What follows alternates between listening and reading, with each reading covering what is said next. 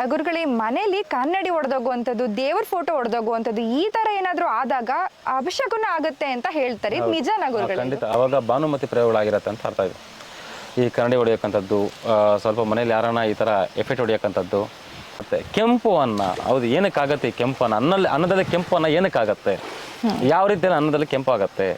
ಪ್ರಾಣ ಬಿಡಕ್ಕಂಥದ್ದು 3 ತಿಂಗಳಿಗೋ 4 ತಿಂಗಳಿಗೋ ಇವೆಲ್ಲ ನಡೀತಾ ಇರೋಂಥದ್ದು ಭಾನುಮತಿ ಪ್ರಯೋಗದಲ್ಲಿ ಮಾಡ್ತೀವಿ, ಇಲ್ಲ ಚೌಡಿ ಪ್ರಯೋಗದಲ್ಲಿ ಮಾಡ್ತೀವಿ. ಮತ್ತು ಅರಿಷ್ಟನಾಶ ಪ್ರಯೋಗ ಅಂತ ಬಂದಿರುತ್ತೆ, ಅದರಲ್ಲಿ ಮಾಡ್ತೀವಿ. ಕೋಮಾರಿ ಪ್ರಯೋಗದಲ್ಲಿ ಮಾಡ್ತೀವಿ. ಸೊ ಬೇಜಾನಿದೆ. ಮರಣ ಪ್ರಯೋಗಗಳೇ ಸುಮಾರು ಅಂದರೆ ಒಂದು ಹೇಳಂಗಿದ್ರೆ ಒಂದು 60ರಿಂದ 70 ಇದ್ದಾವೆ. ಗುರುಗಳು, ಈ ಒಂದು ರುದ್ರಕಾಳಿ ದೀಕ್ಷೆಯನ್ನ ಬಳಸ್ಕೊಂಡು ಹಣಕಾಸಲ್ಲಿ ತುಂಬಾನೇ ಪರದಾಡ್ತಾ ಇರ್ತಾರೆ, ಅಥವಾ ಲಾಸ್ ಆಗಿರ್ತಾರೆ. ಬಿಸ್ನೆಸ್ ಅಲ್ಲಿ ಆಗಿರಬಹುದು, ಅಥವಾ ಇನ್ಯಾವುದೇ ರೀತಿಯಲ್ಲಿ ಆಗಿರಬಹುದು. ಹಣ ಕೊಟ್ಟಂತವ್ರು ವಾಪಸ್ ಕೊಡದೇ ಇರುವಂತದ್ದು, ಈ ತರ ಹಣಕ್ಕೆ ಸಂಬಂಧಿಸಿದ ಸಮಸ್ಯೆಗಳಿಗೆ ಒಳಗಾಗಿರೋರ್ಗೆ ರುದ್ರಕಾಳಿ ದೀಕ್ಷೆ ಯಾವ ರೀತಿಯಾಗಿ ಪರಿಹಾರವನ್ನ ಕೊಡುತ್ತೆ ಅಂತ? ರುದ್ರಕಾಳಿ ದೀಕ್ಷೆಯನ್ನು ಫಸ್ಟ್ ನಿಮಗೆ 1 ಅವರ್ ಪಾಠ ಮಾಡ್ತೀನಿ ಅಂತ ಹೇಳಿದ್ನಲ್ಲ. ಜನಾಕರ್ಷಣೆ ಧನಾಕರ್ಷಣೆಯನ್ನು ಮಾಡಿದಾಗ, ಜನಾಕರ್ಷಣೆ ಬಂದಾಗ ನಿಮ್ಗೆ ದುಡ್ಡು ಬಂದೇ ಬರುತ್ತೆ. ಆಕರ್ಷಣೆ ಕೊಟ್ಟಾಗ ನಿಮ್ಗೆ ದುಡ್ಡು ಬಂದೇ ಬರುತ್ತೆ. ಸೊ ಈ ಜನಾಕರ್ಷಣೆ ಧನಾಕರ್ಷಣೆ ಯಾವ ರೀತಿ ತೆಗಿಬೇಕು, ಈ ಜನಾಕರ್ಷಣೆಯನ್ನು ಯಾವ ರೀತಿ ಅಟ್ರಾಕ್ಟ್ ಮಾಡ್ಕೊಳ್ಬೇಕು, ಯಾವ ರೀತಿ ನೀವು ಪ್ರಯೋಗವನ್ನು ಮಾಡಬೇಕು ಅನ್ನಕ್ಕಂಥದ್ದು ನಿಮಗೆ ಹೇಳ್ಕೊಡ್ತೀವಿ. ಅದಕ್ಕೆ ನಾವು 1 ಅವರ್ ಕ್ಲಾಸ್ ಫಸ್ಟೇ ತೊಗೊತೀವಿ. ಒಂದು ಪೆನ್ನು, ಒಂದು ಪೇಪರ್, ಬುಕ್ ತೊಗೊಂಬನ್ನಿ ಸಾಕಷ್ಟೇ. ಇನ್ನು ಜನಾಕರ್ಷಣೆ ಅಂತ ಹೇಳಿದ್ರಿ, ಇದು ಯಾವ ರೀತಿ ಅಂತ? ಜನಾಕರ್ಷಣೆ ಅಂದರೆ ನಾವು ರುದ್ರಕಾಳಿ ದೀಕ್ಷೆಯಲ್ಲಿ ಒಂದು ಪೌಡರ್ ರೆಡಿ ಮಾಡ್ತೀವಿ. ಆ ಪೌಡರ್ ನಿಮ್ಗೆ ಕೊಡ್ತೀವಿ. ಅದಕ್ಕೆ ಶಕ್ತಿ ಯಾವ ರೀತಿ ತುಂಬಿಸ್ಬೇಕು ಅಂತ ನಿಮ್ಗೆ ಹೇಳ್ಕೊಡ್ತೀವಿ. ಆ ಬೀಜಾಕ್ಷರಗಳು ಅನ್ನೋದು ವರ್ಕೌಟ್ ಆಗ್ತವೆ. ತಂತ್ರವಿದ್ಯೆ ಅನ್ನೋದು ಮಹಾವಿದ್ಯೆ, ಜೊತೆಗೆ ಮಾಯಾವಿದ್ಯೆ ಕೂಡ ಹೌದು. ಇದನ್ನ ಬಳಸ್ಕೊಂಡು ಈಗ ಗೌರ್ಮೆಂಟ್ ಕೆಲಸ ಸಿಗದೇ ಇರೋಂಥ ಕೆಲಸ ಸಿಗುತ್ತಾ, ಅಥವಾ ಆಗದೆ ಇರೋಂತಹ ಮದುವೆ ಆಗುತ್ತಾ, ಏನೋ ಆಗದೆ ಇರೋಂಥ ಕೆಲಸಗಳು ಈ ಒಂದು ತಂತ್ರ ವಿಧಾನದಿಂದ ಆಗತ್ತಾ ಅಂತ? ನಾನು ಸ್ಟಾರ್ಟಿಂಗಲ್ಲೇ ಹೇಳಿದ್ದೆ, ಏನು ಅಂದರೆ ತಂತ್ರ ಅಂದರೆ ನಮ್ಗೇನು ಬೇಕೋ ಅದು ದಕ್ಕಿಸ್ಕೊಳಕ್ಕಂಥದ್ದು, ಬಲವಂತವಾಗಿ ಕಿತ್ಕೊಳಕ್ಕಂಥದ್ದು. ತಪ್ಪಲ್ವಾ ಗುರುಗಳೇ? ಅದು ಕರ್ಮಕ್ಕೆ ವಿರುದ್ಧವಾಗಿ ಹೋದಂಗಲ್ವಾ? ಅದು ಕರ್ಮಕ್ಕೆ ಹೆಂಗೆ ವಿರುದ್ಧ ಆಗುತ್ತೆ? ಈಗ ಒಂದು ಎಕ್ಸಾಂಪಲ್, ಅಲ್ಲಿ ಯಾರೋ ಒಬ್ಬ ವ್ಯಕ್ತಿ ನಿನ್ನ ಹತ್ರ ಲಂಚ ಕಿತ್ಕೊಂಡು 20 ಲಕ್ಷ ಲಂಚ ಕಿತ್ಕೊಂಡು ನಿಂಗೆ ಉದ್ಯೋಗ ಕೊಟ್ಟ ಅಂತ ಅನ್ಸೋಣ. ಅದು ಕರ್ಮ ಅಲ್ವಾ? ಅದು ಪಾಪ ಅಲ್ವಾ? ಯಾರೋ ಒಬ್ಬ ವ್ಯಕ್ತಿ ಒಂದು ಗಾಡಿಗೆ ಒಂದು ರಿಪೇರಿ ಆಗಿದ ತಕ್ಷಣ ಅದ್ರಲ್ಲಿ ಆಗಿರೋದು 500 ರೂಪಾಯಿ ಸಾಮಾನ್ಯ, ಇವನು 5,000 ರೂಪಾಯಿ ಬರೋದ್ರ ಅದು ಕರ್ಮ ಅಲ್ವಾ? ಯಾವುದು ಕರ್ಮ, ಯಾವುದು ನಿಜ, ಯಾವುದು ಒಳ್ಳೇದು? ನಾನು ಅದನ್ನೇ ಹೇಳಿದೆ, ಕೆಟ್ಟದಲ್ಲಿ ಕೂಡ ಒಂದು ಒಳ್ಳೆ ಪ್ರಪಂಚ ಅಂದರೆ ಅದು ಸುಭಾಷಾಚಾರ್ಯ ಕಲಿಸೋ ಒಂದು ವಿದ್ಯೆ ಅಂತಲೇ ಹೇಳ್ತೀನಿ. ಕೆಟ್ಟದಲ್ಲಿ ಕೂಡ ಒಂದು ಒಳ್ಳೆ ಪ್ರಪಂಚ ತೋರಿಸ್ತೀನಿ. ಅದು ಕೆಟ್ಟದೇ ಇಲ್ಲ ಅಂತ ಹೇಳ್ತಿಲ್ಲ. ಕೆಟ್ಟದ್ದು ಬಳಸ್ಕೊಂಡ್ರೆ ಕೆಟ್ಟದಾಗತ್ತೆ, ಒಳ್ಳೇದಕ್ಕೆ ಬಳಸ್ಕೊಂಡ್ರೆ ಯಾಕೆ ಕೆಟ್ಟದಾಗತ್ತೆ? ಈಗ ಭಗವಂತನ ಅನುಗ್ರಹ ಇಲ್ಲದೆ ಒಂದು ಹುಲ್ಕಡ್ಡಿ ಕೂಡ ಅಲುಗಾಡಲ್ಲ ಅಂತ ಹೇಳ್ತಾರೆ. ಜೊತೆಗೆ ನಮ್ಮ ಜೀವನದಲ್ಲಿ ಏನೇನು ಆಗಬೇಕು ಅನ್ನೋದನ್ನ ಮೊದಲೇ ಬರ್ದಿಟ್ಟಿರ್ತಾರೆ, ಹೀಗೀಗೆ ಆಗಬೇಕು ಅಂತ. ಆಗೋದನ್ನ ನಾವು ಈ ವಾಮಾಚಾರ, ಈ ದೀಕ್ಷೆ ಇದನ್ನ ಪಡ್ಕೊಂಡು ಏನ್ ಆಗ್ಬೇಕು ಅದನ್ನ ಉಲ್ಟಾ ಮಾಡ್ತೀವಿ. ನಮ್ಗೆ ಕೆಟ್ಟದಾಗ್ಬೇಕು ಅಂತಿರುತ್ತೆ, ನಾವು ಒಳ್ಳೇದ್ ಮಾಡ್ಕೊಬಿಡ್ತೀವಿ. ಹಂಗಾದ್ರೆ ಅವ್ರ ಕರ್ಮ ಎಲ್ಲಿಂದ ಕಳಿಯುತ್ತೆ ಅಂತ? ಈಗ ಹೇಳಿದ್ರಿ, ಈಗ ಭಗವಂತ ನಮಗೆ ಕೊಡಬೇಕು ಅಂತ, ಇವನಿಗೆ ಈ ಫಲ ಕೊಡಬೇಕು ಅಂತ ಭಗವಂತ ನಾವು ಪೂಜೆ ಪುನಸ್ಕಾರಗಳೆಲ್ಲ ಮಾಡಿರ್ತೀವಿ. ಭಗವಂತ ಇವನಿಗೆ ಈ ವರ ಕೊಡಬೇಕು ಅಷ್ಟರಲ್ಲೇ ನಿನ್ನ ಒಂದು ಸ್ನೇಹಿತರಾಗಿರ್ಬೋದು, ನಿನ್ನ ಒಂದು ನೆಂಟರಾಗಿರ್ಬೋದು, ಅಷ್ಟರಲ್ಲೇ ವಾಮಾಚಾರ ಮಾಡಿ ಅದನ್ನ ಕೆಡಗ್ಬಿಟ್ರೆ ಆವಾಗ ಭಗವಂತ ಅಲ್ಲಿಗೆ ಸ್ಟಾಪ್ ಮಾಡ್ತಾನ. ಆವಾಗ ತಂತ್ರ ಪಂಡಿತರು ಬರಲೇಬೇಕು, ಅದನ್ನು ತೆಗೀಲೇಬೇಕು. ಅದು ಕೆಟ್ಟದಲ್ಲಿ ಅದನ್ನೇ ಹೇಳೋದು, ಭಗವಂತ ಎಲ್ಲನೂ ಕೊಡ್ತಾನೆ. ಕೆಟ್ಟ ಜನರಿಗೆ ವಾಮಾಚಾರ ಆಗತ್ತೆ, ದುಷ್ಟರಿಗೆ ವಾಮಾಚಾರ ಆಗತ್ತೆ. ಯಾಕೆ ಮಾಡಿಸ್ಬೇಕು? ಫಸ್ಟ್ ಆಫ್ ಆಲ್ ಸರಿ ಆಯಿತು, ಭಗವಂತನೇ ಇದ್ದಾನೆ, ಇಲ್ಲ ಅಂತ ಹೇಳ್ತಿಲ್ಲ. ನಾನು ಭಗವಂತನ ಆರಾಧಕ, ನಾನು ಕಾಳಿ ಆರಾಧಕ, ಗಣಪತಿ ಆರಾಧಕ, ಭಗವಂತ ಇದ್ದಾನೆ, ಆಯಿತಾ? ನಾನು ಭಗವಂತನನ್ನೇ ಪೂಜೆ ಮಾಡಿಕೊಂಡು ನೆಮ್ಮದಿ. ನಾನು ಇವಾಗ ಭಗವಂತನೇ ಪೂಜೆ. ಕಾಳಿ ಅಂದರೆ ದೇವರೇ ಹೇಳ್ತಿರೋದವನು, ರಾಕ್ಷಸಿ ಅಂತೇನು ಹೇಳ್ತಿಲ್ವಲ್ಲ, ಆಯಿತಾ? ಸೊ ಆ ಭಗವಂತನ ಕೈಯಲ್ಲಿ ನಮ್ಮ ಆರಾಧನೆ. ಈಗ ಹೆಂಗೆ ನಾವು ಶಿವನ ದೇವಸ್ಥಾನಕ್ಕೆ ಹೋದಾಗ ಬಿಲ್ವಾರ್ಚನೆಯನ್ನು ಮಾಡ್ತೀವೋ, ಗಣಪತಿ ದೇವಸ್ಥಾನಕ್ಕೆ ಹೋದಾಗ ಕಡುಬು ಹಾರವನ್ನು ಹಾಕ್ತೀವೋ, ಅದಕ್ಕೆ ಈ ತಂತ್ರದಲ್ಲಿದ್ದಾಗ ಈ ಥರ ಅರ್ಚನೆಗಳನ್ನು ಮಾಡ್ತೀವಿ. ಆ ಅರ್ಚನೆಯನ್ನು ಮಾಡಿದಾಗ ಆವಾಗ ನನಗೆ ಇವತ್ತು ನೆಮ್ಮದಿ ಆಯಿತಪ್ಪ, ಇವತ್ತು ಶಿವನ ಅಭಿಷೇಕವನ್ನು ನೋಡಿದೆ, ಅರ್ಚನೆಯನ್ನು ಮಾಡಿಸಿದೆ ಅಂತಂದಾಗ ಇಲ್ಲಿ ಆ ದೇವಿ ನಿನಗೆ ನಾವು ಕೊಟ್ಟ ವಾಮಾಚಾರ ತೆಗೆದಾಗ, ಆ ದೇವಿ ಕೊಟ್ಟ ಪ್ರಸಾದವನ್ನು ಕೊಟ್ಟಾಗ ಅಲ್ಲಿ ಅಂದ್ಕೊಂತಾಳೆ, ಇವನಿಗೆ ಕಳೆದಿದೆ, ಇವನಿಗೆ ನಾನು ವರವನ್ನು ಕೊಡಬೇಕು ಅಂತ ಕಾಳಿ ಭಗವಂತ ಆ ಕಾಳಿ ರೂಪದಲ್ಲಿ ಅನ್ಕೊಳ್ಳುತ್ತೆ. ಆವಾಗ ಇವನ ಶತ್ರುಗೆ ಯಾರು ನಾನು ಏಟನ್ನು ಕೊಡಬೇಕು ಅನ್ನೋದು ಅವಾಗ ಕೊಡ್ತಾಳೆ. ಹೀಗೂ ಒಂದು ಕೇಸ್ ಆಗುತ್ತೆ. ಇವಾಗ ಒಬ್ರು ಸಾತ್ವಿಕ ರೂಪದಲ್ಲಿ ಇರ್ತಾರೆ, ಅವರು ಪ್ರತಿದಿನ ಲಲಿತಾ ಸಹಸ್ರನಾಮ ಕೇಳುವಂಥದ್ದು, ದೇವಿಗೆ ಸಾತ್ವಿಕವಾಗಿ ನಡ್ಕೋತಾರೆ. ಇನ್ನೊಬ್ರು ವಾಮಾಚಾರ ಮಾರ್ಗ, ಈ ರೀತಿಯಾದಂತಹ ಮಾರ್ಗವನ್ನ ಹಿಡಿದು ಅದೇ ದೇವಿಯನ್ನ ಹೋಲಿಸ್ಕೋತಾರೆ.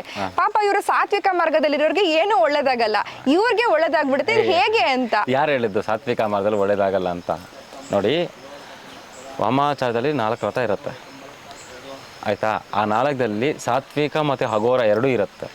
ಆ ಸಾತ್ವಿಕದಲ್ಲಿ ಯಾವ ರೀತಿ ತೊಗೊಂಡೋಗ್ಬೇಕು, ನಾನು ಸಾತ್ವಿಕನೇ ಮಾಡೋದು ತುಂಬ. ಅಘೋರ ಅಂದಾಗ ನಾನು ತೊಗೊಳೋದು ತುಂಬ ಸ್ವಲ್ಪ ಲೇಟಾಗಿ ತೊಗೊತೀನಿ ಅಷ್ಟೇ. ಸಾತ್ವಿಕನೇ ತೊಗೊಳೋದು. ಸಾತ್ವಿಕದಲ್ಲಿ ಯಾವ ರೀತಿ ಮಾಡಬೇಕು, ಅಘೋರದಲ್ಲಿ ಯಾವ ರೀತಿ ಮಾಡಬೇಕು ಆಯಿತಾ, ಅದು ಗೊತ್ತಿರಬೇಕು ಫಸ್ಟ್ ಆಫ್ ಆಲ್. ಸಾತ್ವಿಕ ಅಘೋರ ಅನ್ನೋಕ್ಕಂಥದ್ದು ವ್ಯತ್ಯಾಸ ಏನು? ಸಾತ್ವಿಕ ಅಂದರೆ ನಾವು ಬಲಿಗಿಲಿ ಕೊಡ್ದಿರ ಹೋಗೋಕ್ಕಂಥದ್ದು. ಅಘೋರ ಅನ್ನೋಕ್ಕಂಥದ್ದು ಬಲಿ ಕೊಡೋಕ್ಕಂಥದ್ದು. ಇಲ್ಲಿ ಬಲಿ ಕೊಡೋದೇನೆಂದರೆ ಕುರಿನ ಕಟ್ ಮಾಡಬೇಕು, ಇನ್ನೊಂದು ಕೊಡಬೇಕು, ಲೀಟ್ರ್ ಗಟ್ಟಲೆ ರಕ್ತ ಕೊಡಬೇಕು, ಅದೆಲ್ಲ ಅಘೋರ ಅಂದರೆ. ಅಘೋರ ಪ್ರಯೋಗಗಳಂದರೆ ಬೇರೆ ಬೇರೆ ಥರ ಇದೆ. ಆ ಸಾಧನೆ ಕಠೋರಗಳವಾಗಿರುತ್ತೆ. ಸೊ ಅದಕ್ಕೆ ನಾನು ಇವೆಲ್ಲ ಕೆಲವೊಂದು ಮಾಡೋಕ್ಕಾಗಲ್ಲ. ಆ ಕೆಲವೊಂದು ಮಾಡೋಕ್ಕಾಗಲ್ಲ ಅಂದವ್ರಿಗೆ ಈ ರುದ್ರಕಾಳಿ ದೀಕ್ಷೆಯನ್ನು ಕೊಡೋಕ್ಕಂಥದ್ದು. ಆಸ್ಪತ್ರೆಯಲ್ಲಿ ಆಪರೇಷನ್ ಮಾಡಬೇಕು ಅಂತ ಒಬ್ರು ಮಲಗಿರ್ತಾರೆ, ಅವ್ರಿಗೆ ಹುಷಾರ್ ಆಗ್ತಾನೆ ಇರಲ್ಲ. ಅಂಥವ್ರಿಗೆ ಎಲ್ಲೋ ಕುತ್ಕೊಂಡು ಒಬ್ಬ ತಂತ್ರ ಪಂಡಿತ ಏನೋ ಒಂದು ವಿಧಿವಿಧಾನಗಳನ್ನ ಮಾಡಿ ಬದುಕಿಸಬಹುದಾ? ಏನು ಆಪರೇಷನ್ ಮಾಡಲ್ಲ ಅವರು, ಇಲ್ಲೆಲ್ಲೋ ಕುತ್ಕೊಂಡು ಅವರನ್ನ ಬದುಕಿಸಬಹುದಾ ಅಂತ ಸರಿ, ನಾವು ಫಸ್ಟ್ ಚೆಕ್ ಮಾಡ್ತೀವಿ. ಅಂದರೆ ಸಾಧ್ಯ ಆಗ್ಬೋದಾ, ಕೈ ಮೀರೋಗಿದೆಯಾ ಅಂತ ಫಸ್ಟ್ ಚೆಕ್ ಮಾಡ್ತೀವಿ. ಎಲ್ಲ ಪಂಡಿತ ನಾನು ಚಾಲೆಂಜ್ ತೊಗೊತೀನಿ. ಇಂಥವೆಲ್ಲ ನನಗೂ ಇಷ್ಟನೇ, ಇಂಥದ್ದು ಮಾಡಬೇಕು ಅನ್ನೋ ನನಗೂ ಇಷ್ಟನೇ. ಮಾಡಿದ್ದೀವಿ. ನಾನು ಫಸ್ಟ್ ಚೆಕ್ ಮಾಡ್ತೀನಿ. ಯಾಕಂದರೆ ಭಗವಂತನ ಆಯುಸ್ಸು ಇಷ್ಟೇನಾ, ಇನ್ನು ಇದೆಯಾ ಅಂತ ನೋಡ್ತೀನಿ ಫಸ್ಟ್ ಆಫ್ ಆಲ್. ಭಗವಂತನ ಆಯುಸ್ಸು ಏನನ್ನ ಇದೆ ಅಂತ ಗೊತ್ತಾದರೆ ಖಂಡಿತ ನಾನು ಮಾಡ್ತೀನಿ. ನಾನು ಅದನ್ನು ಹೇಳಿದ್ದೀನಿ, ಭಗವಂತನ ಮೀರಿದ ಯಾವುದೂ ಇಲ್ಲ ಅಂತ. ಅದನ್ನು ಇದ್ದಾಗ ಆ ನರಳೋದನ್ನು ನಾವು ನೋಡ್ದಿರ ಇದ್ದಾಗ ಆವಾಗ ವಾರಾಹಿ ಪ್ರಯೋಗವನ್ನು ಮಾಡ್ತೀವಿ, ಕಾಳಿ ಕಟ್ಟನ್ನು ಮಾಡ್ತೀವಿ, ಕಾಳಿ ಪ್ರಯೋಗವನ್ನು ಮಾಡ್ತೀವಿ, ರುದ್ರಕಾಳಿ ಪ್ರಯೋಗವನ್ನು ಮಾಡ್ತೀವಿ, ಸ್ಮಶಾನ ಪ್ರಯೋಗವನ್ನು ಮಾಡ್ತೀವಿ. ಸೊ ಈ ಥರದಲ್ಲಿದ್ದಾಗ ಅವಾಗ ಏನಾಗುತ್ತೆ, ಒಂದು ಶಕ್ತಿ ಅನ್ನೋಕ್ಕಂಥದ್ದು ಅವ್ರ ಬಾಡಿ ಒಳಗಡೆ ಸೇರಿಕೊಂಡು ಅವರಿಗೆ ರಿಲ್ಯಾಕ್ಸನ್ನು ಕೊಡುತ್ತೆ. ಅವಾಗ ಇಲ್ಲ ಅಂದಾಗ ಭಗವಂತನ ಒಂದು ಮಿತಿ ಮೀರಿದಾಗ ನಾನು ಓಪನ್ ಆಗಿ ಹೇಳ್ತೀನಿ, ಇವ್ರಿಗೆ ಇಷ್ಟೇ ದಿನ ಇರುತ್ತೆ, ಆಗೋದಿಲ್ಲ. ಓಕೆ, ಮಾಟ ಮಂತ್ರಕ್ಕೆ ಒಳಗಾದಂತಹ ವ್ಯಕ್ತಿ ಯಾವ ರೀತಿ ಇರ್ತಾನೆ ಅಂತ? ಸಿಂಪಲ್, ಎಲ್ಲರೂ ಹೇಳ್ತಾರೆ ಏನು ಅಂದರೆ ಮುಡಾಫ್ ಆಗಿರ್ತಾರೆ, ಎಲ್ಲ ಬಿಸ್ನೆಸ್ಸನ್ನು ಕಳ್ಕೊಂಡಿರ್ತಾರೆ. ಆಲ್ಮೋಸ್ಟ್ ಅವ್ರಿಗೆ ಒಂದು ಏನು ಅಂಶಗಳಿರುತ್ತೋ ಅಂದರೆ ಅವರ ಗಂಡವನ್ನು ಬಿಡೋಕ್ಕಂಥದ್ದು, ಗಂಡ ಹೆಂಡತಿನ ಬಿಡೋಕ್ಕಂಥದ್ದು, ಮತ್ತು ನಮಗೆ ಮನೆಯಲ್ಲಿ ಈ ಕೆಂಪು ಅನ್ನ ಇರೋಕ್ಕಂಥದ್ದು. ಮತ್ತು ಕೆಂಪು ಅನ್ನ, ಹೌದು ಏನಕ್ಕಾಗತ್ತೆ ಈ ಕೆಂಪು ಅನ್ನದಲ್ಲಿ ಕೆಂಪು ಅನ್ನ ಏನಕ್ಕಾಗತ್ತೆ, ಯಾವ ರೀತಿಯಲ್ಲಿ ಅನ್ನದಲ್ಲಿ ಕೆಂಪಾಗತ್ತೆ ಅನ್ನೋಕ್ಕಂಥದ್ದು ಫಸ್ಟ್ ಕಾಮನ್ ಸೆನ್ಸ್ ಇರಬೇಕು. ಹೆಂಗಾಗತ್ತೆ ಅನ್ನ ಕೆಂಪಾಗೋಯ್ತು? ಮೊನ್ನೆ ಯಾವುದೋ ಒಂದು ವಿಡಿಯೋ ನೋಡಿದೆ, ಇದರಲ್ಲಿ ಬೆಳಗಾಂ ಕಡೆ, ಅದು ನೀಟಾಗಿ ಕಾಣ್ತಾ ಇದೆ. ಅವರು ಪ್ರಮೋಷನ್ ಮಾಡಬೇಕು ಅಂತಲೇ ಅನ್ನದಲ್ಲಿ ಕಲರ್ ಹಾಕ್ಬಿಟ್ಟು ನೀಟಾಗಿ ಕಾಣ್ತಾ ಇದೆ. ಅದು ಬೋಗಸ್ಸು. ಅನ್ನ ಕೆಂಪಾಗೋದು ಯಾವ ಥರ ಅಂದರೆ ಫಸ್ಟು ಹಳಸೋಗತ್ತೆ, ಬೂಜು ಹಿಡಿಯುತ್ತೆ, ಆಮೇಲೆ ಕೆಂಪಗಾಗತ್ತೆ. ಇದೊಂದು ಮಿನಿಮಮ್ ಕಾಮನ್ಸ್ ಅಂತ ಗೊತ್ತಿರಬೇಕು. ಅಲ್ಲಿವರೆಗೂ ನಾವು ಅನ್ನನ ಬಿಸಾಕ್ ಬಿಡ್ತೀವಲ್ಲ ಹಳಸಿದ ತಕ್ಷಣನೇ. ಈಗ 4ರಿಂದ 5 ಅವರ್ಗೆ ಅನ್ನ ಅಳಿಸೋಗತ್ತಾ? ಈ 4ರಿಂದ ಬಿಸಿಯಲ್ಲೇ ಅನ್ನ ಆಲ್ಮೋಸ್ಟ್ ಅಳಿಸ್ಬಿಡುತ್ತೆ, ಬೇಗ ಅಳಿಸುತ್ತೆ, ಮನೆಯಲ್ಲಿ ವಾಸನೆ ಕಪ್ಪ ಅಂತ ಹೊಳೆಯುತ್ತೆ. ಆವಾಗ ಮಾರನೇ ದಿನ ಬೆಳಗ್ಗೆ ಅಷ್ಟೊತ್ತಿಗೆ ಕೆಂಪಿಗೆ ಪರಿವರ್ತನೆ ಆಗುತ್ತೆ. ಆಯಿತಾ? ಲೈಟ್ ಕೆಂಪಾಗಿ ಹರಳಾಗಿ ಬಿದ್ದಿರುತ್ತೆ. ಸೊ ಅದನ್ನು ನಾವು ನಂಬಿ ಸುಮ್ಮನೆ ಒಂದೇ ಕಡೆ, ಅದು ಕೂಡ ನಿಮಗೆ ಒಂದೇ ಕಡೆ ಮುದ್ದೆ ಥರ ಕೆಂಪಾಗಿರಲ್ಲ, ಹರಳಾಗಿ ಬಿದ್ದಿರುತ್ತೆ. ಸೊ ಅದಿರುತ್ತೆ. ಓಕೆ ಗುರುಗಳೇ, ಮನೇಲಿ ಕನ್ನಡಿ ಹೊಡೆದೋಗುವಂಥದ್ದು, ದೇವ್ರ ಫೋಟೋ ಹೊಡೆದೋಗುವಂಥದ್ದು, ಈ ಥರ ಏನಾದರೂ ಆದಾಗ ಅಭಿಷೇಕನೂ ಆಗುತ್ತೆ ಅಂತ ಹೇಳ್ತಾರೆ, ನಿಜನಾ ಗುರುಗಳೇ? ಖಂಡಿತ. ಅವಾಗ ಭಾನುಮತಿ ಪ್ರಯೋಗಗಳಾಗಿರುತ್ತೆ ಅಂತ ಅರ್ಥ ಇದೆ. ಈ ಕನ್ನಡಿ ಹೊಡೆಯೋಕ್ಕಂಥದ್ದು, ಸ್ವಲ್ಪ ಮನೇಲಿ ಯಾರನ್ನ ಈ ಥರ ಎಫೆಕ್ಟ್ ಹೊಡೆಯೋಕ್ಕಂಥದ್ದು, ಪ್ರಾಣ ಬಿಡೋಕ್ಕಂಥದ್ದು, 3 ತಿಂಗಳಿಗೋ 4 ತಿಂಗಳಿಗೋ ಇವೆಲ್ಲ ನಡೀತಾ ಇರೋಂಥದ್ದು ಭಾನುಮತಿ ಪ್ರಯೋಗದಲ್ಲಿ ಮಾಡ್ತೀವಿ, ಇಲ್ಲ ಚೌಡಿ ಪ್ರಯೋಗದಲ್ಲಿ ಮಾಡ್ತೀವಿ. ಮತ್ತು ಅರಿಷ್ಟನಾಶ ಪ್ರಯೋಗ ಅಂತ ಬಂದಿರುತ್ತೆ, ಅದರಲ್ಲಿ ಮಾಡ್ತೀವಿ. ಕೋಮಾರಿ ಪ್ರಯೋಗದಲ್ಲಿ ಮಾಡ್ತೀವಿ. ಸೊ ಬೇಜಾನಿದೆ. ಮರಣ ಪ್ರಯೋಗಗಳೇ ಸುಮಾರು ಅಂದರೆ ಒಂದು ಹೇಳಂಗಿದ್ರೆ ಒಂದು 60ರಿಂದ 70 ಇದ್ದಾವೆ. ಸೊ ಇದರಲ್ಲಿ ಯಾವುದು ಮೈನ್ ಇಂಪಾರ್ಟೆಂಟ್ ಇದೆ ಅಂದರೆ ಕಾಶ್ಮೀರ ಪ್ರಯೋಗ. ಸೊ ಅದರಲ್ಲಿ ನಿಮಗೆ ಎಫೆಕ್ಟ್ ತುಂಬ ಹೊಡೆಯುತ್ತೆ. ಗುರುಗಳು, ಈ ಒಂದು ರುದ್ರಕಾಳಿ ದೀಕ್ಷೆಯನ್ನ ಬಳಸ್ಕೊಂಡು ಹಣಕಾಸಲ್ಲಿ ತುಂಬಾನೇ ಪರದಾಡ್ತಾ ಇರ್ತಾರೆ, ಅಥವಾ ಲಾಸ್ ಆಗಿರ್ತಾರೆ, ಬಿಸ್ನೆಸ್ ಅಲ್ಲಿ ಆಗಿರಬಹುದು ಅಥವಾ ಇನ್ಯಾವುದೇ ರೀತಿಯಲ್ಲಿ ಆಗಿರಬಹುದು. ಹಣ ಕೊಟ್ಟಂತವ್ರು ವಾಪಸ್ ಕೊಡದೇ ಇರುವಂಥದ್ದು, ಈ ತರ ಹಣಕ್ಕೆ ಸಂಬಂಧಿಸಿದ ಸಮಸ್ಯೆಗಳಿಗೆ ಒಳಗಾಗಿರೋರ್ಗೆ ರುದ್ರಕಾಳಿ ದೀಕ್ಷೆ ಯಾವ ರೀತಿಯಾಗಿ ಪರಿಹಾರವನ್ನ ಕೊಡುತ್ತೆ ಅಂತ? ರುದ್ರಕಾಳಿ ದೀಕ್ಷೆಯನ್ನ ಫಸ್ಟ್ ನಿಮಗೆ 1 ಅವರ್ ಪಾಠ ಮಾಡ್ತೀನಿ ಅಂತ ಹೇಳಿದ್ನಲ್ಲ. ಧನಾಕರ್ಷಣೆಯನ್ನ ಮಾಡಿದಾಗ ನಿಮ್ಗೆ ದುಡ್ಡು ಬಂದೇ ಬರುತ್ತೆ. ಆಕರ್ಷಣೆ ಕೊಟ್ಟಾಗ ನಿಮ್ಗೆ ದುಡ್ಡು ಬಂದೇ ಬರುತ್ತೆ.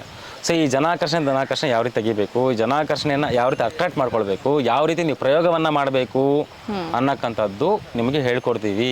ಅದಕ್ಕೆ ನಾವು 1 ಅವರ್ ಕ್ಲಾಸ್ ಫಸ್ಟೇ ತೊಗೊತೀವಿ. ಒಂದು ಪೆನ್ನು, ಒಂದು ಪೇಪರ್ ಬುಕ್ ತೊಗೊಂಬನ್ನಿ ಸಾಕಷ್ಟೇ. ಅದಕ್ಕೆ ಖಂಡಿತವಾಗಿ ನಿಮಗೆ ಅನುಕೂಲವಾಗಂತೆ ಅನುರೂಪವಾಗಂತೆ ನಿಮಗೆ ಖಂಡಿತ ರುದ್ರಕಾಳಿ ದೀಕ್ಷೆಯಿಂದ 100% ನಿಮ್ಗೆ ಹೆಲ್ಪ್ ಆಗೇ ಆಗುತ್ತೆ. ಇನ್ನು ಜನಾಕರ್ಷಣೆ ಅಂತ ಹೇಳಿದ್ರಿ, ಇದು ಯಾವ ರೀತಿ ಅಂತ? ಜನಾಕರ್ಷಣೆ ಅಂದರೆ ನಾವು ರುದ್ರಕಾಳಿ ದೀಕ್ಷೆಯಲ್ಲಿ ಒಂದು ಪೌಡ್ರ್ ರೆಡಿ ಮಾಡ್ತೀವಿ. ಆ ಪೌಡ್ರ್ ನಿಮ್ಗೆ ಕೊಡ್ತೀವಿ, ಅದಕ್ಕೆ ಶಕ್ತಿ ಯಾವ ರೀತಿ ತುಂಬಿಸ್ಬೇಕು ಅಂತ ನಿಮ್ಗೆ ಹೇಳ್ಕೊಡ್ತೀವಿ. ಆ ಬೀಜಾಕ್ಷರಗಳು ಅನ್ನೋದು ವರ್ಕೌಟ್ ಆಗ್ತಾ ಇರುತ್ತೆ. ಓಕೆ, ಈ ಜನಾಕರ್ಷಣೆ ಅಂತಂದ್ರೆ ಒಂದು ಅಂಗಡಿಗೆ ಕಸ್ಟಮರ್ಗಳು ಬರೋದು ಕೂಡ ಎಲ್ಲದನ್ನೂ ಜನಾಕರ್ಷಣೆ. ಆಗುತ್ತೆ, ಅದು ಖಂಡಿತ ಎಲ್ಲದನ್ನೂ ಆಗುತ್ತೆ. 100-200% ಅದೆಲ್ಲದೂ ಆಗುತ್ತೆ. ಜನಾಕರ್ಷಣೆ ಒಂದೇ ಅಲ್ಲ, ಜನಾಕರ್ಷಣೆ ಮತ್ತು ಅಟ್ರಾಕ್ಟ್ ತಗೊಳಕ್ಕಂಥದ್ದು. ನಾನು ಈ ತಂತ್ರದಲ್ಲಿ ಏನೇನು ಮಾಡ್ಬೋದು ಅದನ್ನು ನಿಮಗೆ ಹೇಳ್ತಿರ್ತಾರೆ. ಇಷ್ಟೊತ್ತು ಜನಾಕರ್ಷಣೆ ಆಯಿತು, ಧನಾಕರ್ಷಣೆ ಆಯಿತು. ಇನ್ನು ಉದ್ಯೋಗದಲ್ಲಿ ಸಮಸ್ಯೆ ಇರೋರು ಬಹಳಷ್ಟು ಜನ ಇರ್ತಾರೆ, ಏನು ಉದ್ಯೋಗನೇ ಇಲ್ಲದೆ ಇರೋಂಥವ್ರು, ಅಂಥವ್ರಿಗೆ ಯಾವ ರೀತಿ ಕೆಲಸ ಮಾಡಿಕೊಡುತ್ತೆ ಈ ರುದ್ರಕಾಳಿ ದೀಕ್ಷೆಯಿಂದ? ಉದ್ಯೋಗ ಅವಕಾಶಗಳಂದಾಗ ಅದೇ ಹೇಳಿದ್ನಲ್ಲ, ಜನ ಅಟ್ರಾಕ್ಟ್. ಈಗ ನೋಡಿದ ತಕ್ಷಣ ನಿಮಗೆ ಈ ಮನುಷ್ಯ ನನಗೆ ಪರವಾಗಿಲ್ಲ ಓಕೆ ಅಂತ ಈ ಮನಸ್ಸಿಗೆ ಅನಿಸ್ಬೇಕು. ಈಗ ನೀವೇ ಆಗಲಿ ಇಂಟರ್ವ್ಯೂಗೆ ಬಂದಾಗ ಈ ಮೇಡಮ್ ಅವ್ರು ಪರವಾಗಿಲ್ಲ ನನಗೆ ಅಂತ ನನ್ನ ಮನಸ್ಸಿಗೆ ಅನಿಸ್ಬೇಕು. ಆ ಮನಸ್ಸಿಗೆ ಅನ್ಸೋಕ್ಕಾದ್ರೆ ಜನಾಕರ್ಷಣೆ. ಅದನ್ನು ಅವಾಗ ಏನು ಮಾಡಬೇಕು, ಯಾವ ರೀತಿ ನೀವು ಮಾಡ್ಕೊಳ್ಬೇಕು, ಯಾವಾಗ ಇದು ಓದ್ ಕಡೆ ಎಲ್ಲ ನಾನು ರುದ್ರಕಾಳಿ ಪ್ರಯೋಗವನ್ನು ಮಾಡ್ಕೊಂಡು ಹೋಗ್ತಾ ಇರ್ತೀನಿ ಅಂದರೆ ಆಗಲ್ಲ. ಎಲ್ಲಿ ಮಾಡಬೇಕು, ಈ ಮನುಷ್ಯ ಅಂತ ಟಾರ್ಗೆಟ್ ಇಟ್ಕೊಂಡು ಆ ಮನುಷ್ಯನ ಮೇಲೆ ನೀವು ಬೆಳಗ್ಗೆ ಮಾಡ್ಕೊಂಡು ಹೋದಾಗ ಖಂಡಿತ ಅದಾಗೆ ಆಗುತ್ತೆ. ಮತ್ತೆ ಇನ್ನೊಂದು ಮಾತು ಹೇಳ್ತಾರೆ, ಅಂದ್ರೆ ಒಂದು ಪ್ರಭಾವಳಿ ಇಲ್ಲದೆ ಇದ್ದಾಗ ಅವ್ರಿಗೇನು ಕೆಲಸಗಳೇ ಆಗಲ್ಲ, ಆ ಥರ ಎಲ್ಲ ಇರುತ್ತೆ. ಪಾಸಿಟಿವ್ ಎನರ್ಜಿನ ಪಡ್ಕೊಳ್ಳೋದು ಹೇಗೆ ಅಂತ? ಪಾಸಿಟಿವ್ ಎನರ್ಜಿ ಅದನ್ನು ಹೇಳಿದ 11 days ನೀವು ಪೂಜೆಯನ್ನು ಮಾಡ್ತಾ ಇರಬೇಕು. ಈ ರುದ್ರಕಾಳಿ ದೀಕ್ಷೆ ತಗೊಂಡಾಗ ಮನೆಗೆ ಹೋದ ನಂತರ ಯಾವ ರೀತಿ ಮಾಡಬೇಕು ಅನ್ನೋದು ಹೇಳ್ಕೊಡ್ತೀವಿ. ಆ ನಿಮಗೆ ಬೆಳಕು ಅನ್ನಕ್ಕಂಥದ್ದು, ಆ ಪಾಠ ಅನ್ನಕ್ಕಂಥದ್ದು ನಿಮಗೆ ಎಷ್ಟು ರೂಪ ಅನುಕೂಲ ಆಗುತ್ತೆ ಅಂದರೆ ಆಕರ್ಷಣೆ ಅನ್ನಕ್ಕಂಥದ್ದು ನಿಮ್ಮ ಬಾಡಿಯಲ್ಲೇ ಉಳಿತಾ ಇರುತ್ತೆ. ಮತ್ತು ಅದನ್ನು ಯಾವ ರೀತಿ ಉಪಯೋಗ ಮಾಡ್ಕೊಳ್ಬೇಕು ಅಂತ ಖಂಡಿತ ಹೇಳ್ಕೊಡ್ತೀವಿ. ಯಾಕಂದರೆ ಎಲ್ಲನೂ ಇಲ್ಲಿ ಹೇಳ್ಬಿಟ್ರೆ ಆಸಕ್ತಿ ಅನ್ನೋದು ಇರೋದಿಲ್ಲ. ಸೊ ಪ್ರತಿಯೊಂದು ನಾವು ಅದರಲ್ಲಿ ಹೇಳ್ಕೊಡ್ತೀವಿ. ಓಕೆ, ಇನ್ನೊಂದಷ್ಟು ಜನ ಇರ್ತಾರೆ ವಿದ್ಯೆನ ಬರೀ ಅರ್ಧಂಬರ್ಧ ಮಾತ್ರ ಕಲ್ತಿರ್ತಾರೆ. ನಿಮ್ಮ ಹತ್ರ ಬಂದು ಕಲಿಯೋಕೆ ಓಕೆ ನಾನು ಅಲ್ಲಿ ಅರ್ಧ ಕಲ್ತ್ಬಿಟ್ಟಿದ್ದೀನಿ, ಹೇಗೆ ಹೋಗೋದು ಅಂತ ಮನಸ್ಸಲ್ಲಿ ಅದೊಂದು ಕೂಡ ಇರುತ್ತೆ ಅಲ್ವಾ, ಅಂಥವ್ರಿಗೆ ಹೇಗೆ ಅಂತ ನಾನು ಹೇಳ್ತಿದ್ದೀನಲ್ಲ, ಕಂಪ್ಲೀಟ್ ಒಂದು ನಿಂಬೆಹಣ್ಣು ಪರೀಕ್ಷೆ ಮಾಡೋದ್ರಿಂದ ಹಿಡಿದು ಅಪ್ ಟು ಅವರು 70% ತಂತ್ರ ಪಂಡಿತರು ಆಗೋವರೆಗೂ ನಾನು ಬಿಡಲ್ಲ. ಪ್ರತಿ ವಾರ ಆನ್ಲೈನ್ ಇರುತ್ತೆ, ಆಫ್ಲೈನ್ ಇರುತ್ತೆ. ಇದು ಆಯಿತಾ, ವೆರಿ ಇಂಪಾರ್ಟೆಂಟ್ ಕ್ಲಾಸ್ ನಾನು ಆಫ್ಲೈನ್ ಕರ್ಸ್ಕೊತೀನಿ, ಆಫ್ಲೈನ್ ಕರ್ಸ್ಕೊಂಡು ಮಾಡ್ತೀವಿ. ಸೊ ಅದೇ ರೀತಿ ನಾವು ಯಾವುದೇ ರೀತಿ ಬಿಡೋದಿಲ್ಲ. ಯಾಕಂದ್ರೆ ನನ್ನ ಹತ್ರ ಬಂದಮೇಲೆ ಅವರು ಕಲ್ತಿರೋ ವಿದ್ಯೆ ಏನಿದೆಯೋ ಇಷ್ಟಿನಿಂದ ಅದೊಂದು 1% ಅಷ್ಟೇ ಅನ್ಸ್ಬಿಡತ್ತೆ ಅವ್ರಿಗೆ. ಈಗಾಗಲೇ ದೀಕ್ಷೆಯನ್ನು ತಗೊಂಡಿರೋರು ಮತ್ತೆ ರುದ್ರಕಾಳಿ ದೀಕ್ಷೆನ ತಗೋಳ್ಬೋದು, ಏನು ತೊಂದರೆ ಇಲ್ಲ. ಕಾಳಿಯಲ್ಲಿ 9 ಅಂಶಗಳಿರುತ್ತೆ, ಆ 9 ಅಂಶಗಳು ತೊಗೊಬೋದು. ಒಂದೊಂದು ಅಂಶಕ್ಕೆ ಒಂದೊಂದು ಥರ ನಮಗೆ ಅನುಕೂಲ ಆಗ್ತಾ ಇರುತ್ತೆ. ಇದು ರುದ್ರಕಾಳಿ ದೀಕ್ಷೆ ಅಂತ ವಾಮಾಚಾರಕ್ಕೆ ಒಳಗಾಗಿರಕ್ಕಂತಹವರು ಅವರೇ ವಾಮಾಚಾರವನ್ನು ಯಾವ ರೀತಿ ತಗೊಳ್ಬೇಕು ಅನ್ನಕ್ಕಂಥದ್ದೇ ಈ ದೀಕ್ಷೆ. ಅಂದರೆ ಯಾರ್ಯಾರೋ ಎಲ್ಲೆಲ್ಲೋ ಹೋಗಿ ಪರಿಹಾರ ಮಾಡ್ಕೊಳ್ಳೋ ಬದಲು ನಿಮಗಾಗಿ ನೀವೇ ಪರಿಹಾರ ಮಾಡ್ಕೊಳ್ಳಿ ಅನ್ನಕ್ಕಂಥದ್ದು ನನ್ನ ಒಂದು ಆಸೆ. ಅದನ್ನೇ ಈ ಆಗಸ್ಟ್ 30 ತಾರೀಕು ಶ್ರೀರಂಗಪಟ್ಟಣದಲ್ಲಿ ಗೋಸಾಯಿ ಘಾಟದಲ್ಲಿ ರುದ್ರಕಾಳಿ ದೀಕ್ಷೆಯನ್ನು ಇಡ್ತಾ ಇದ್ದೀವಿ. ಬೆಳಗ್ಗೆ 10 ಗಂಟೆಗೆ ಪ್ರಾರಂಭ ಆಗುತ್ತೆ, ಸಂಜೆ 5 ಗಂಟೆವರೆಗೂ ಇರುತ್ತೆ. ಹೆಣ್ಣು ಮಕ್ಕಳು ಗಂಡು ಮಕ್ಕಳು ಭೇದ ಭಾವ ಇಲ್ಲದೆ 14 ವರ್ಷದಿಂದ 65 ವರ್ಷದೊಳಗಡೆ ಈ ರುದ್ರಕಾಳಿ ದೀಕ್ಷೆಯನ್ನು ತಗೊಳ್ಬೋದು.